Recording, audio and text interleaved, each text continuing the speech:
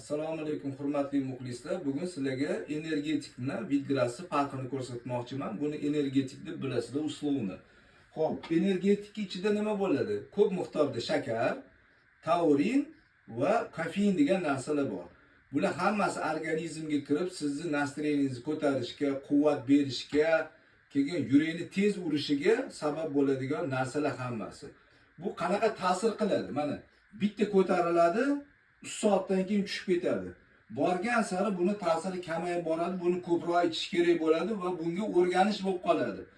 Bunda nima bor? Buni bilasizlar, aytganman. Buni ichida kerakli aminokislotalar, vitaminlar, hamma shu organizmimizni tozalaydigan narsalar, tiklaydigan moddalar bor. Buni ichgandan keyin mana energiyamda ko'tariladi, bir xil ketadi, bir xil ketadi. O'shaning uchun mashina tavsiya qilaman. Uyda ekinglar va mashina iste'mol qilinglar. Sog'lom bo'linglar.